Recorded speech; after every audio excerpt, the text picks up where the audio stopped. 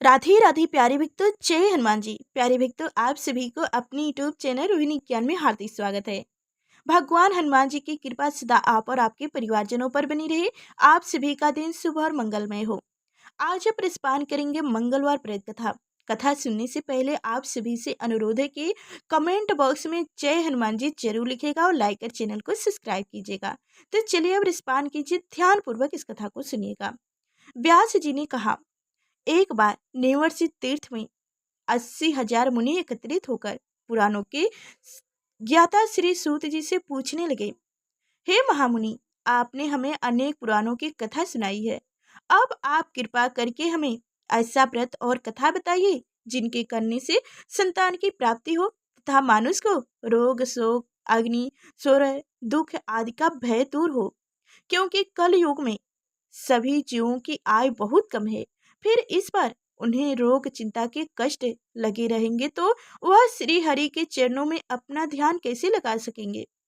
श्री सूत जी बोले, हे मुनियों, आपने लोक कल्याण के लिए बहुत ही उत्तम बात पूछी है। एक बार युधिष्ठिर ने भगवान श्री कृष्ण से लोक कल्याण के लिए यही प्रश्न किया था। भगवान श्री कृष्ण और युधिष्ठिर का संवाद तुम्हारे सामने कहता हूँ, ध्यान देकर सुनो। एक समय पांडवों की सभा में श्री कृष्ण जी बैठे हुए थे। तब युधिष्ठिर ने भगवान श्री कृष्ण से प्रश्न किए, हे प्रभु नंद नंदन गोविंद, आपने मेरे लिए अनेकों कथा सुनाई है। आज आप कृपा करके ऐसा व्रत या कथा सुनाइए जिनके करने से मानुष को रोग चिंता का भय समाप्त हो और उनको पुत्र की प्राप्ति हो। हे प्रभु, बिना पुत्र के जीवन व्यर्थ है। पुत्र के बिना मनुष्य नरक गमी होता है। पुत्र के बिना मनुष्य पितृ श्रेष्ठ से छुटकारा नहीं पा सकता और ना ही उनका पुण्य नामक नरक से उद्धार हो सकता है। अंत्य पुत्रदायक व्रत बताइए। श्री कृष्ण भगवान बोले, हे राजन, मैं एक प्राचीन कथा सुनाता हूँ, आप उसे ध्यानपूर्वक सुनो। कुंडलपुर नामक एक नगर था। उनमें नंदन नामक एक ब्राह्मण रहता था। भगवान की कृपा से उनके पास कुछ भी की कमी नहीं थी। उनके पास सब कुछ था, फिर भी वह दुखी था। इसका कारण यह था कि ब्राह्मण की स्त्री सुनंदा के कोई संतान न थी। सुनंदा पतिव्रता थी, भक्ति पूर्वक श्री हनुमान जी की आराधना करती थी। मंगलवार के दिन व्रत करके अंत में भोजन बनाकर हनुमान जी का भोग लगाने के बाद स्वयं भोजन करती थी। एक बार मंगलवार के दिन ब्राह्मणी गृह कार्य के अधिकतर के कारण हनुमान जी को भोग न लगा सकी तो इस पर उसे बहुत दुख हुआ। उसने कुछ भी नहीं खाया और अपने मन में प्रण किया कि अब तो अगले मंगलवार को ही हनुमान जी का भोग लगाकर अन्न जल ग्रहण करूंगी। ब्राह्मणी सुनंदा प्रतिदिन भोजन बनाती, श्रद्धा पूर्वक पति को खिलाती, परंतु स्वयं भोजन नहीं करती और मन ही मन श्री हनुमान जी की आराधना करती थी। इसी कारण 6 दिन गुजर गए और ब्राह्मणी सुनंदा अपने निर्णय के अनुसार भूखी प्यासी निराहार रही। अगले मंगलवार को ब्राह्मणी सुनंदा प्राप्त काल ही बेहोश हो गई। ब्राह्मणी सुनंदा की इस असीम भक्ति के प्रभाव से श्री हनुमान जी बहुत प्रसन्न हुए और प्रकट होकर बोले, सुनंदा, मैं तेरी भक्ति से बहुत प्रसन्न हूँ, तू उठ और वरदान मांग। सुनंदा अपने आराध्य देव श्री हनुमान जी को देखकर बहुत खुश हुई। श्री हनुमान जी के चरणों में गिरकर बोली, हे प्रभु, मेरी कोई संतान नहीं है, कृपा करके मुझे संतान प्राप्ति का आशीर्वाद दें, आपकी अति कृपा होगी। श्री महावीर जी बोले, तेरी इच्छा पूरी होगी, तेरे एक कन्या पैदा होगी, उनके अष्टंग प्रतिदिन सोना किया करेगी। इस प्रकार कहकर श्री महावीर जी अंतर ध्यान हो गए। ब्राह्मणी सुनंदा बहुत खुश हुई और सभी समाचार अपने पति से कह सुनाया। ब्राह्मण देव कन्या का वरदान सुनकर कुछ दुखी हुए, परंतु सोना मिलने की बात सुने तो बहुत प्रसन्न हुई। विचार किया कि ऐसी कन्या के साथ मेरी निर्धनता भी समाप्त हो जाएगी। श्री हनुमान जी की कृपा से वह ब्राह्मणी गर्भवती हुई और 10वें महीने में उसे बहुत ही सुंदर पुत्री की प्राप्ति हुई। यह बच्ची अपने पिता के घर में ठीक उसी तरह से बढ़ने लगी जिस प्रकार शुक्ल पक्ष का चंद्रमा बढ़ता है। 10वें दिन ब्राह्मण ने उसे बालिका का नामकरण संसारिक संसारिक करवाया। उसके कुल पुरोहित ने उस बालिका का नाम रत्नावली रखा, क्योंकि यह कन्या सोना प्रदान किया करती थी। इस कन्या ने पूर्व जन्म में बड़े ही विधि से मंगल देव का व्रत किया करती थी।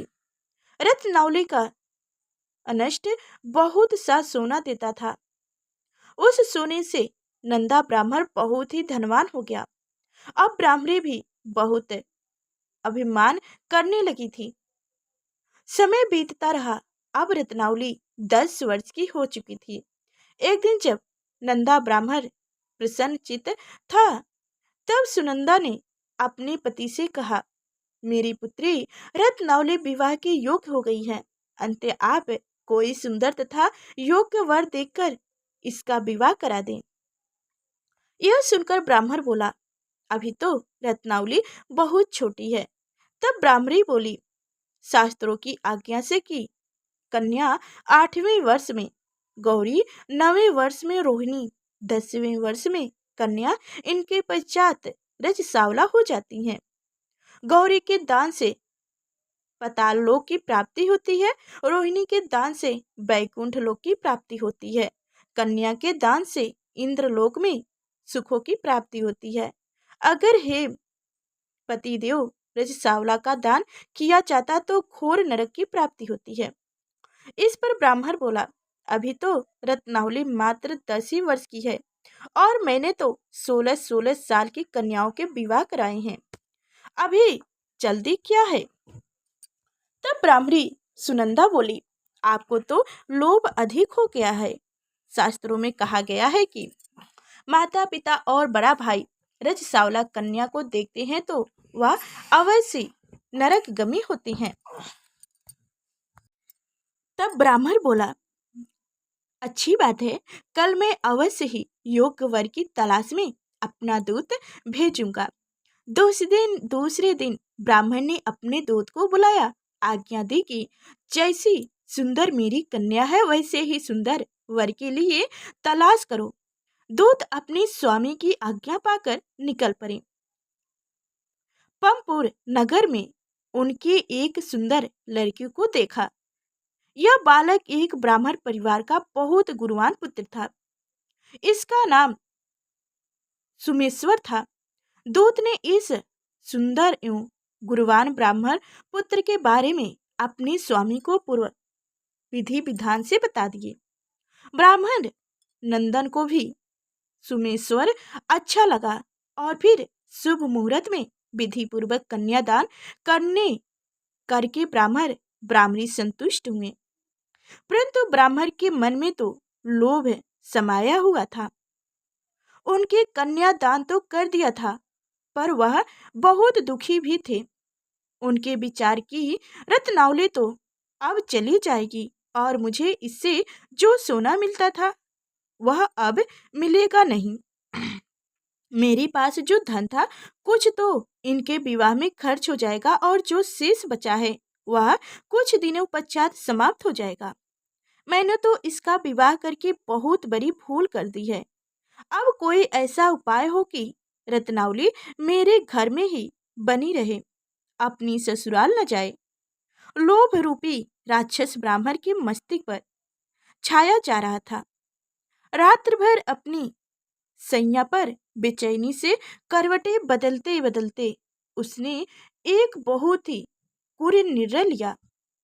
उसने विचार किया कि जब रत्नावली को लेकर उनका पति सुमेश्वर अपने घर के लिए जाएगा तो वह मार्ग में छुपकर सुमेश्वर का वध कर देंगे और अपनी लड़की को अपने घर ले आएंगे, जिससे नियमित रूप से उसे सोना भी मिलता रहेगा और समाज का कोई मानुष उसे दोष भी नहीं दे सकेगा। प्राप्त काल होता हो तो नंदा और सुनंदा ने अपनी जमाई तथा लड़की को बहुत सारा धन देकर विदा किया। सुमेश्वर अपनी पत्नी रत्नावली को लेकर ससुराल से अपने घर की तरफ चल दिया। ब्राह्मण नंदन महालोभ के वशीभूत हो अपनी मति खो चुका था। पाप पुण्य को उसे विचार न रहा था। अपने भयानक एवं क्रूर निर्णय को कार्य रूप देने के लिए उसने अपने दूत को मार्ग में अपनी जमाई का वध करने के लिए भेज दिया था, ताकि रत्नावली से प्राप्त होने वाला सोना उसे हमेशा मिलता रहे और वो कभी निर्धन न हो। ब्राह्मण के दूत ने अपने स्वामी की आज्ञा पाकर उनके जमाई सुमेश्वर का मार्ग में ही वध कर दिया। समाचार प्राप्त कर ब्राह्मण नंदा मार्ग में पहुंचा और रुकदन करते अपनी पुत्री रत्नावली से बोले, हे पुत्री, मार्ग में लुटेरों ने तेरे पति का वध कर दिया है। भगवान की इच्छा के आगे किसी का कोई वश नहीं चलता है। अब तो घर चल, वहां पर ही रहकर शेष जीवन व्यतीत करना। जो भाग्य में लिखा है वही होगा। अपने पति की अकाल मृत्यु से रत्नावली बहुत दुखी हुई। करुणा कनंद एवं रुदन करते हुए अपने पिता से बोली, हे पिताजी, इस संसार में जिस स्त्री का पति नहीं है उसका जीना व्यर्थ है। मैं अपने पति के साथ ही अपने शरीर को जला दूंगी और सती होकर अपने इस जन्म को, माता पिता के नाम को तथा सास ससुर के यश को सार्थक करूंगी। ब्राह्मण नंदन अपनी पुत्री रत्नावली के वचनों को सुनकर बहुत दुखी हुआ। विचार करने लगा, मैंने व्यर्थ ही जमाई का वध कर पाप अपने सिर पर लिया। रत्नावली तो उनके पीछे अपने प्राण तक देने को तैयार है। मेरा तो दोनों तरफ से मरण हो गया। धन तो अब मिलेगा नहीं। जमाई वध के पाप के फलस्वरूप यम यातना भी भुगतनी पड़ेगी। यह सोचकर वह बहुत दुखी हुआ। सुमेश्वर की चिता बनाई गई। रत्नावली सती होने की इच्छा से अपने पति का सिर अपनी गोद में रखकर चिता में बैठ गई। जैसे ही सुमेश्वर की चिता को आग लगी, वैसे ही प्रसन्न हो मंगल देव वहां पर प्रकट हुए और बोले, हे रत्नावली, मैं तेरी पति भक्ति से बहुत प्रसन्न हूँ। तू वरदान मांग। रत्नावली ने अपने पति का जीवन दान मांगा। तब मंगल देव बोले, रत्नावली, तेरा पति अजर अमर है। यह महाविद्वान भी होगा और इनके अतिरिक्त तेरी जो इच्छा हो वरदान मांग ले। तब रत्नावली बोली, हे ग्रहों के स्वामी, यदि आप मुझ पर प्रसन्न हैं तो मुझे वह वरदान दीजिए कि जो भी मनुष्य मंगलवार के दिन प्राप्त काल लाल पुष्प लाल चंदन से पूजा करके अपना स्मरण करे, उनको रोग व्याध ना हो, सज्जनों का कभी वियोग ना हो, सर्फ अग्नि तथा शत्रुओं का भय न रहे। जो स्त्री मंगलवार का व्रत करे वह कभी विधवा ना हो। मंगल देव तथास्तु कहकर अंतर ध्यान हो गए। सुमेश्वर मंगल देव की कृपा से जीवित हो उठा।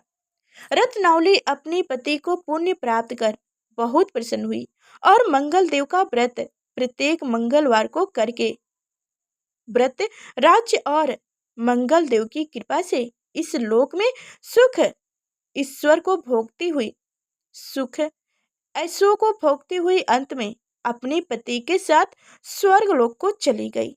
जय हो मंगल देव। तो अब आप रसपान करेंगे मंगलवार व्रत कथा।